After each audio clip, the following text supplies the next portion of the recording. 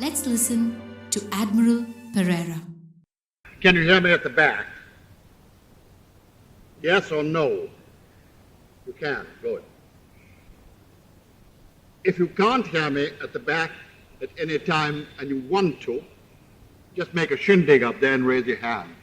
Otherwise, go to sleep and don't snore.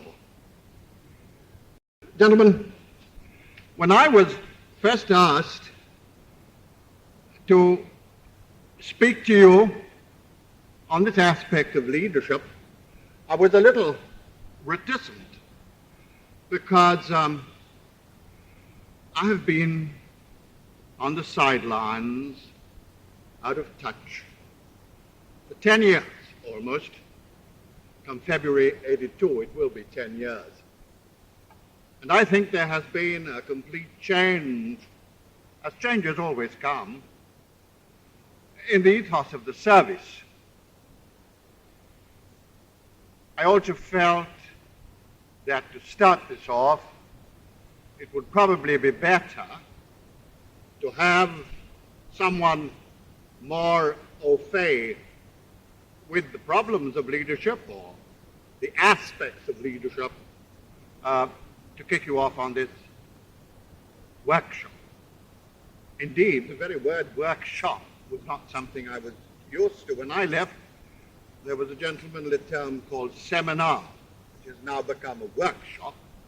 But I believe the reason for that is you can throw a bloody spanner in the works at any time, and no SOB does anything. And then you get down to hammer and tongs and try and sort out the bloody problems. It becomes a workshop. Well, that's okay. And so I've taken this on, finally, because NHQ said take it on, and was kind of them to ask me, taken it on, put my foot into it, as I have on several occasions, not with the best results. The Navy, to me, my whole active life has been in the Navy. And I haven't got a single regret, though I've had a hell of a lot of bloody arguments in those lovely 39-odd years that I spent. And it's always been part of my life. And so, as I have been sidelined, I will continue to watch with considerable interest what is happening. And in watching, you talk to the sailors who you were privileged to serve with, many of the young officers who after their third whiskey are kind enough to tell me where I can jump off. And that's exactly as you want it. And what I have sadly heard hasn't really encouraged me. And so I hope I am wrong. I am today throwing out just a few thoughts that I have always believed to be the core, the nub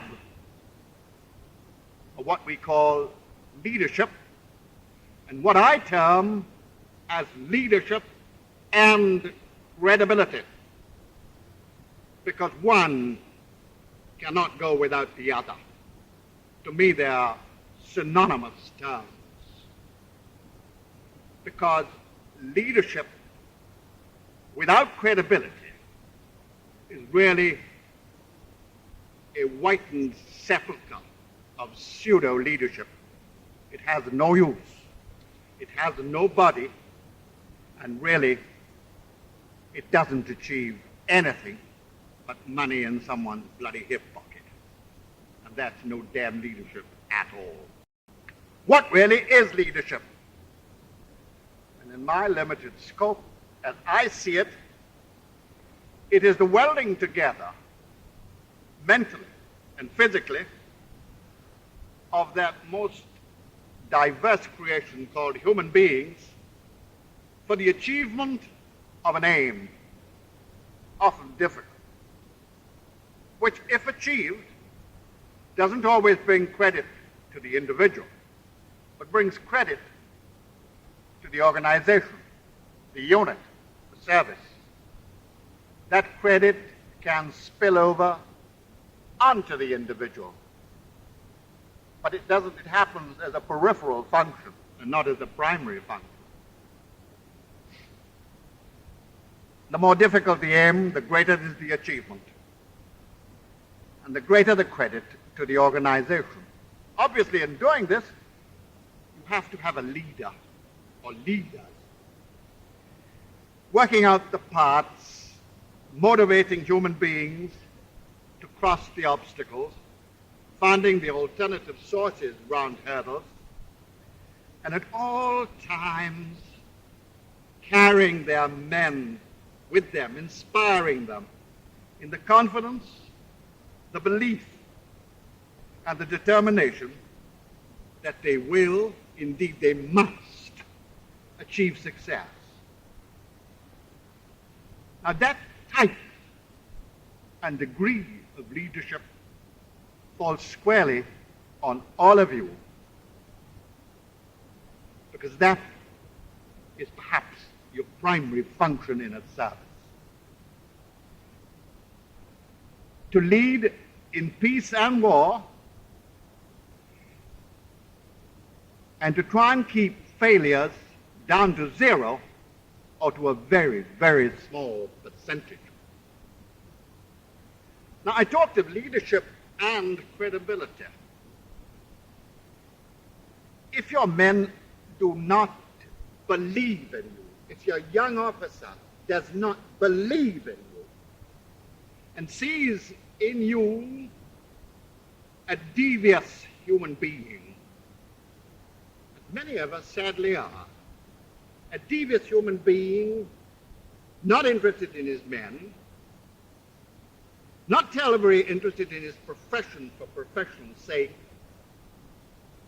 but interested primarily in himself, and to hell with the others, how then does he lead men?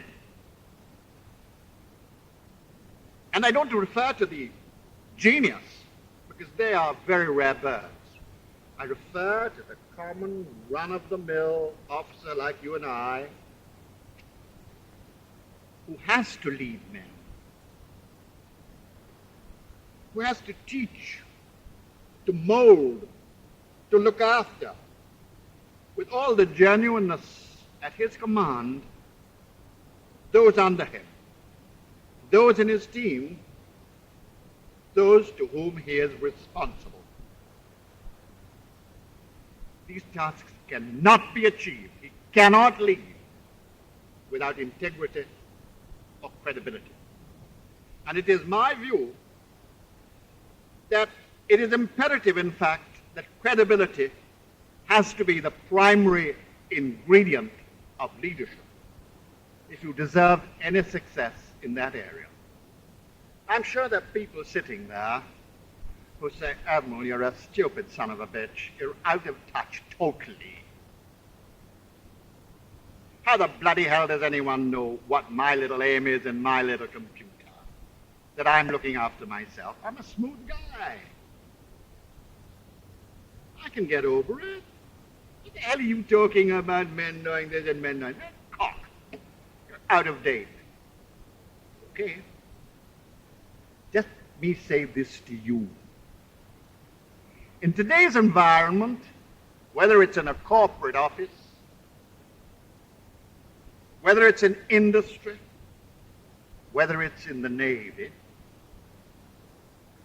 you as an executive or an HOD are continuously analyzed, dissected, bloody micro-analyzed by those in the lower echelons of command below you. The good old petty officer, the chief, the leading seaman, the AV and the OD. And he watches you as closely as possible. He watches every facet of your life, the way you dress, the way you handle him, your professional acumen, and he takes it down to the mess decks. And there at the mess table, he molds you with the other boys. He discusses it. And gradually, block by block, or as you probably say now, chip by bloody chip, he forms your character. He decides what sort of guy you are, whether you are worth following or not. And I believe that that is the best portrait of the true you. You cannot kid a lot of human beings all working on the same net. You can kid the boss, you can kid the boss's wife, but you can't kid the whole bloody lot. Now, I think, therefore,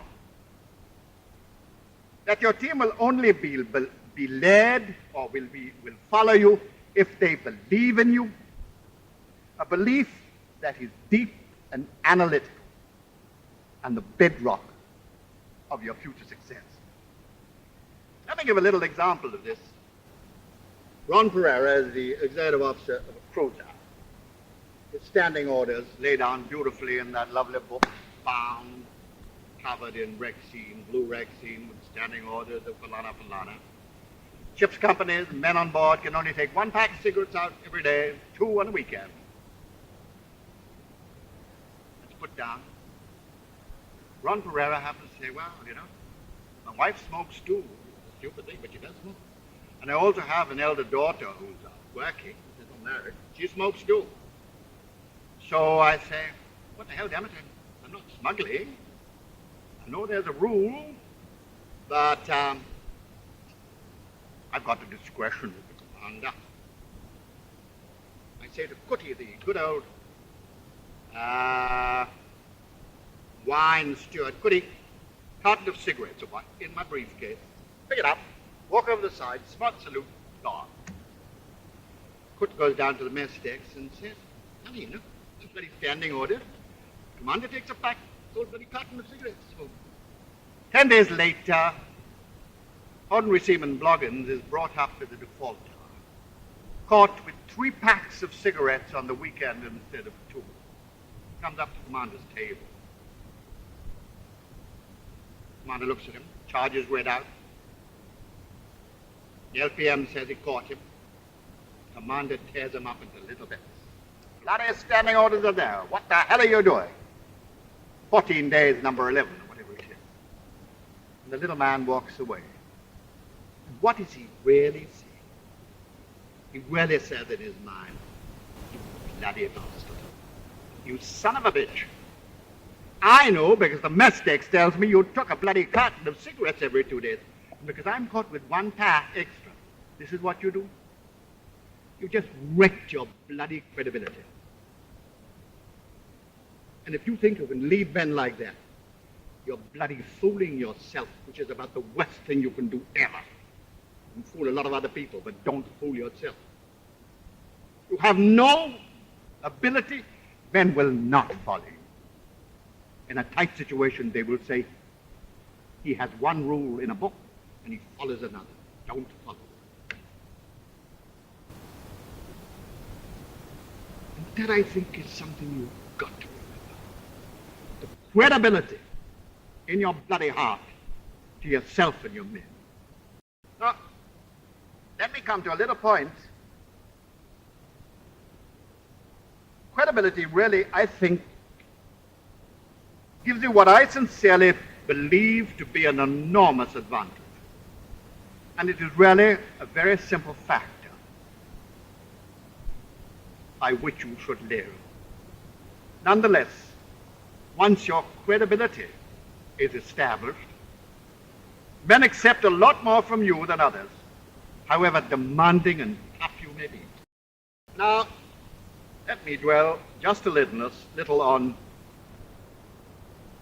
what I term, for no better expression, is what I term as willingness to learn. It's a factor, I think, you might mull over on this workshop. Life is really a series of lessons, and no man is wiser than his experience. You're therefore always learning, and more so from your senior sailors. As young officers that you come in, you have senior sailors you're dealing with, And you are supposed to be leading with much more service than you and vast experience. Fine, practical technicians who will have no truck with you if you try and impose yourself on them, devoid as you are as a young officer with no experience. Therefore, I say particularly to the young officer, you have to be very careful at this stage. Indeed, I think the best way to do it is to keep your mouth tightly shut, your ears and eyes open, and glean from your men their experience by working with them, physically and sometimes mentally, and they will respect you for it. Only then, when you have gained that experience, and you as a young officer perhaps have a better academic background, a better analytical mind, that they will come over to you, that they will accept you, and they will respect you. But don't try and push them around. I think a great thing is example in this. I was once on Brahmaputra way back in 1974, and we were exercising with the Air Force on the East Coast, yeah. And it was hard enough to get the Air Force to fly over the bloody sea, because every airman thinks he's going to die there and then or be drowned. So it was a bit of an effort to get them out. But thank God I had a good bunch of ex-NDA boys, and on that NDA net, we got them to come out and exercise with the Petias, and I was on Brahmaputra. And I'd asked some of the Air Force boys to come on board to see how we control aircraft. They did. They spent 3 days with us, or 2 days with us, and on the first day everything went well, and they were very, very impressed. Well, we were doing the second day's exercises from 9 o'clock, and at 8:15, I went up to the bridge and see if everything was all right. And just about then, the CRT on the bridge of Brahmaputra blew, and I had no CRT. There's a chap I am particularly fond of and respect greatly for his professional ability, someone called Prakash Gal. I think he's retired from the service today. Prakash was then a young commander, and I called him up and said, Prakash, hey, the bloody CRT is gone, what do we do? He said, so I'll change it. I said, don't be a silly bee. I've got 25 minutes to have it working. Can you do it? Yeah, I'll do it. Called up the Chief ELR, tucked up his bloody sleeves, pulled out a bloody screwdriver, got a couple of Makey learnings, and Prakash Gaur took out that CRT, changed it, in 25 minutes it was working. You could see the gleam in his bloody chief's eyes, much to say, you know, my boss knows a thing or two, boy.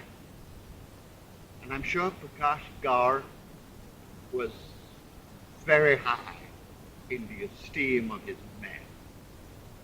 And I saw him work a great deal like that. And I was particularly fond of him. He never said no to anything like that. Very competent. And so he led very well. I come to two factors called authority and delegation. You have authority in the service because you wear an epaulette. At least so Reg Zion tells me. You were born with authority into the Navy. Never would you make a greater mistake than to swing authority and rank without thought or without reason. It would be like treading on a banana skin. You would fall flat on your face. This is happening today all around us, sadly. You see it in the politicians, you see it in bureaucracy, you see it in the policemen. Swinging authority without thought or reason, really for just filling his bloody hip pocket. And there's nothing we seem to do about it. But it has to, if it continues, produce an explosion the likes of which who should be very sorry about it. So when in the service, you cannot do this. I find an excellent test. You know, with authority, you pipe up the bloody duty watch. You get people to clean up the deck. The old man's coming for a party, so the bloody duty watch has just cleaned it. The officers have bucketed up the quarterdeck. You'll clean it again. They're human beings, damn it. They want to know why. What the bloody hell are you doing? I found that when I had to use authority, there was an excellent test that helped me to know right from wrong in this area of authority and orders. And I had 3 simple questions. Is it necessary to give this bloody order? Is it fair and reasonable? And lastly, would I accept it under the current circumstances? And if the answer to that is yes, then you're okay. If the answer to it is no, don't give that bloody order. Find another answer. Finally, remember that when you do give orders, they apply to you as they apply to your men. You can't ask your men to work outside normal hours while you sit on your backside in the wardroom reading the latest seminar. Get off your backside, be with your men. Human beings like you. Therefore, have to be with them. You must be around. They're closed up for 24 hours in an exercise. You've got to be somewhere around there and can't hit your body bunk.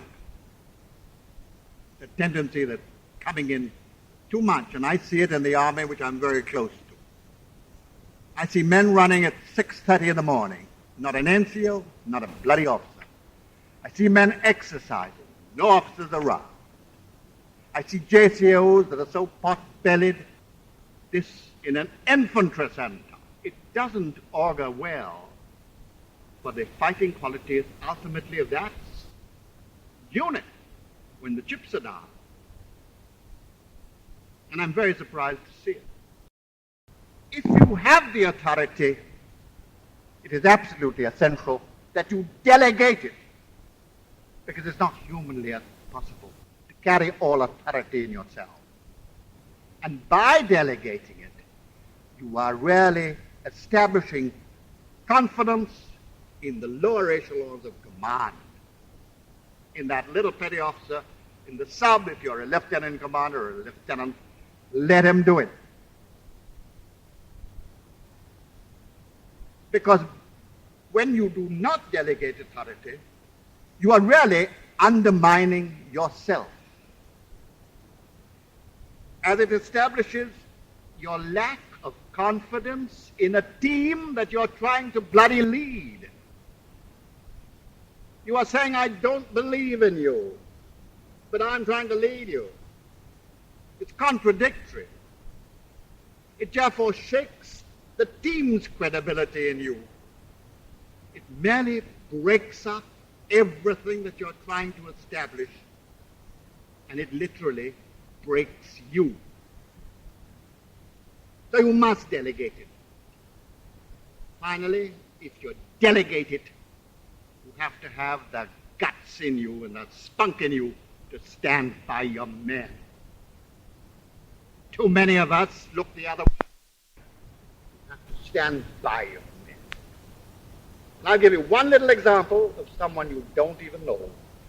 With a gentleman called Commander Colin McGrady, who was commanding Ronnie. Way back in 50s, we were just going out on a beautiful cruise, 3 hours, Delhi, 2 other ships, 6 of us were going to the Mediterranean for 6 months, 5 months, to work with the Mediterranean fleet, and in fact, to make a film, strangely, about the Battle of the Bloody River Plate. The Admiral then was a chap called Sir St. John Tyrwhitt, who was not at all pleased with Lord Louis having engineered Delhi to go and make this film, which was being made by his son-in-law. Nonetheless, we left Bombay. We were doing a formation foxtrot, I think. Rana hit Rajput, who was the leader. And the sum and substance was that Rana, Colin McGrady, was court-martialed. He was an up-and-coming commander. The court-martial started off. Everyone was very, very concerned because they were rather fond of Colin McGrady. He's a very fine leader of men. Court-martial started. It hardly got underway, and he said, I want to get in the box and make a statement. I said, hey, hold it. No. I want to get into the box, and I want to make a statement. Got into the box.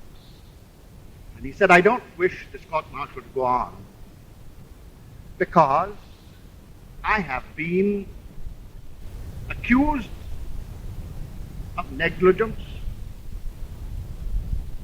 causing. He said, look, boy, what did your navigator say to you when you were pulling out? What did the officer of watch say to you? So he listened. Colin listened for a bit. Then he said, sir, I don't even remember what the navigator said to me, nor the officer of watch. I was on the bridge. I was in total command. And so it doesn't really matter what they say. The mistake was 100% mine. Colin McGrady was found guilty, docked 1 year seniority, never made captain. But what it did for the Navy and what it did, he stood 10 feet tall in the light of his peers. And the juniors looked at him and said, what a guy. And he was. And he stayed in the Navy for about 4 years. After that, everyone just wanted to serve Colin McGrady. That, I think, is supporting someone when you're the boss and not squirming out like a worm and pointing a finger at someone else. I just have 2 more points. One is involvement and the team. We're all human beings. We all have an ego. I'd like to be told, well done, oh boy, you did a nice job. I want to find out what is the appreciation, if at all, of my contribution to the team. In my day, you had guys down in a magazine humping up 6-inch shells. You didn't have any bloody air conditioning. It was 110, 105, 99 in the magazine. 6 chaps were closed up there for 10 hours, 12 hours in a bloody exercise. They were part of a team. And if you didn't have the sense to go down and say, well done, bitte, you didn't know why they were there. Someone had to tell them that they were doing a nice job, even if it was hot as hell, they had to be there. We were just exercising. That involvement of everyone and an appreciation of what they do was essential. I always tell that little story of a brilliant captain on a bridge in the days when we had guns and not missiles, who was the finest tactician you could wish for.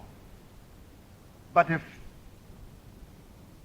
Cook S jammed the bloody hoist down below and loading around, that brilliant captain couldn't do a thing. He was paralytic because the gun couldn't fire.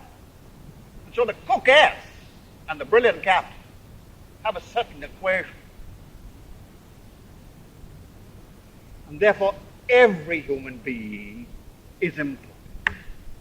Every human being likes to be told of that importance. It does his ego good. There is no Christian and non-bloody Christian. There is no Harijan and Brahmin in the service. There are no inferiors and bloody superiors. We're equal. So we have a ranking and a certain code of conduct. And you must remember that. It's vitally important. I think, as I see it today, I was brought up in a I think it was a very good environment. When I went to the Divil before the captain at the request table, he never asked the man anything. He looked at me and said, "Pereira, where does he come from?" Hoshiarpur, sir. "Has he got his own house?" "Yes, sir." "How many children has he got, right?" Totally, I thought, irrelevant question. But the old man was just trying to find out, does this stupid devil spend any time with his men? Does he give men the opportunity to know him? And does he know his men? We're basically very reticent people as Indians. I have some time with the Royal Navy for about 2 years. They're so vastly different to us. A Matlow will come up to you in the Royal Navy and tell you that his wife is sleeping with someone else. She's a bitch. We just don't do things like that. If I have a personal problem, I keep it right inside my heart. I don't like to discuss it with anyone. And if I have to get it off my heart, I will discuss it with someone that I have some trust in, someone I know.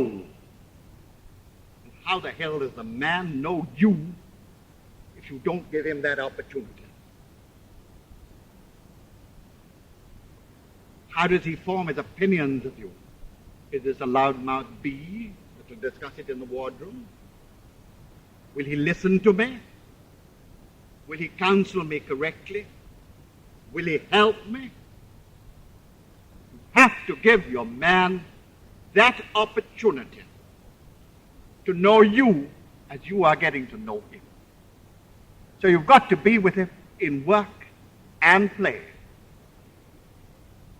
I don't know if the passion boat still runs. 4:30, everyone gets in the boat, off, and the good old he is left there as friend, philosopher, and guide. In my day, I was not allowed to do that as a young sub-lieutenant. I had to sit on the bloody bollard on the forecastle and get to know my bloody men. And if the CO found I didn't know him, he just kicked me up the backside and said, "You'll keep ship for the next 30 bloody days." So I had to know my men. And my men had to get to know me. And it was a very fine and worthy practice. Well, gentlemen, I could waffle for hours, but I won't waffle anymore. I just say this, that I think you have to think about this. You have just been through what I believe, at least reading the papers, and that's the only way I get my Jan, a most traumatic experience, which I think has hurt and will continue to hurt this Navy for years together. That one bloody individual can pull out everything we've built. Criminal. For personal gain, and for no other reason, as I see it. I may be wrong. To destroy everything that's been built brick upon brick, and to put it down. Because I must be satisfied. Not only hurts me, distresses me, but gives me high blood pressure. There are gentlemen sitting here, or may not, I hope, but there could be. Say, "You silly bugger, that's the only way to get things sorted out." That's about the last way to get them sorted out. Because then you destroy the very structure around you, and it will destroy you as sure as God made out. Don't ever forget it. What has been built for 44 years is gone crashing down like a pack of cards. You've got to start again. It's like an earthquake. And it's hard, sweaty. And to see a service pulled down like that, to me, is the most criminal thing in the world. I know I'm old, and I have values maybe a little different. It's terrible. I think you've got to mull over this very carefully, because it could get you in what I can only describe as the shit. You will be in deep trouble. I'd just like to close this by reading. I have a chum. He heads a company in the corporate sector. When he joined it 10 years ago, it was one product, 10 crores. And he said on his first speech on joining this company that I hope I can get it to 100 crores in 10 years, multiple. I quote you what he said because I believe he was a born leader. And what he said was just this. I'll read out these few lines. Your company has long recognized as a basic truth that people, not products, deliver results. People, not products, deliver results. I attribute the outstanding results of your company in the year under review and in the 7 years that have gone by. This was 7 years after he took over, and he had a turnover of 87 crores. And in the 7 years that have gone by, to the single most important asset that we possess, the people who work for and with us.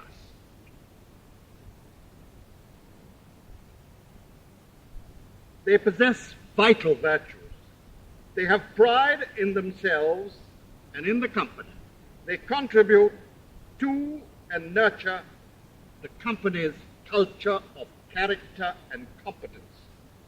They share a vision for the future and are committed to the company's mission, philosophy, and principles. They accept that each right entails a concomitant responsibility and have given more to the organization than they take from it. And you couldn't have achieved these results without that philosophy being believed in a company.